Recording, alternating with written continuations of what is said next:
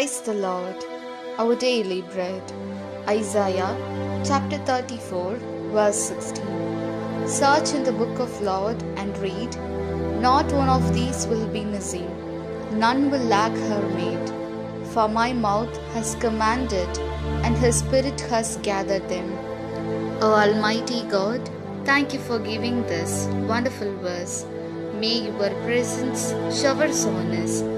O God, we are constantly moving with the help of the Holy Spirit.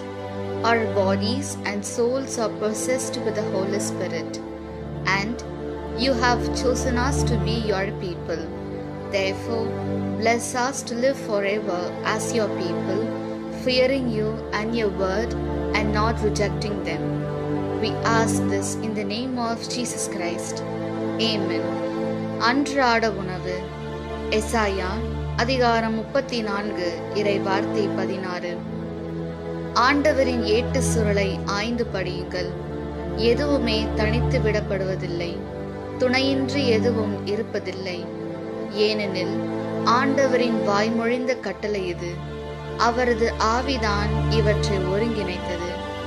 அன்பின் தகப்பனே, இன்றைய நாளிலே இந்த இறை மன்னாவை கொடுத்ததற்காக நன்றி ஆண்டவரே.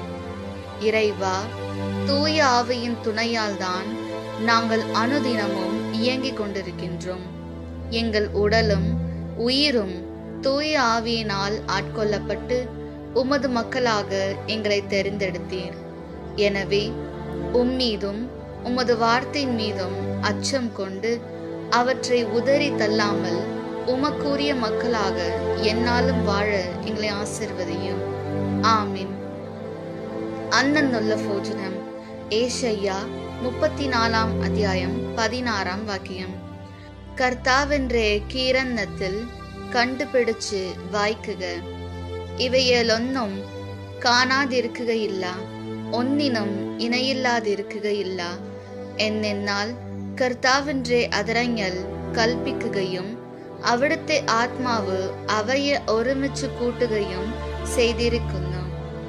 ദൈവമേ, അങ്ങയുടെ ആത്മാവിനെ ഞങ്ങൾക്ക് നൽകി ഞങ്ങളെ അനുഗ്രഹിക്കുകയും ഞങ്ങളെ തെരഞ്ഞെടുക്കുകയും ചെയ്ത് അങ്ങയുടെ മക്കളായ ഞങ്ങൾ അങ്ങയെ ഭയന്ന് ജീവിക്കുവാൻ വേണ്ട കൃപാവരം ഞങ്ങൾക്ക് നൽകണമേ.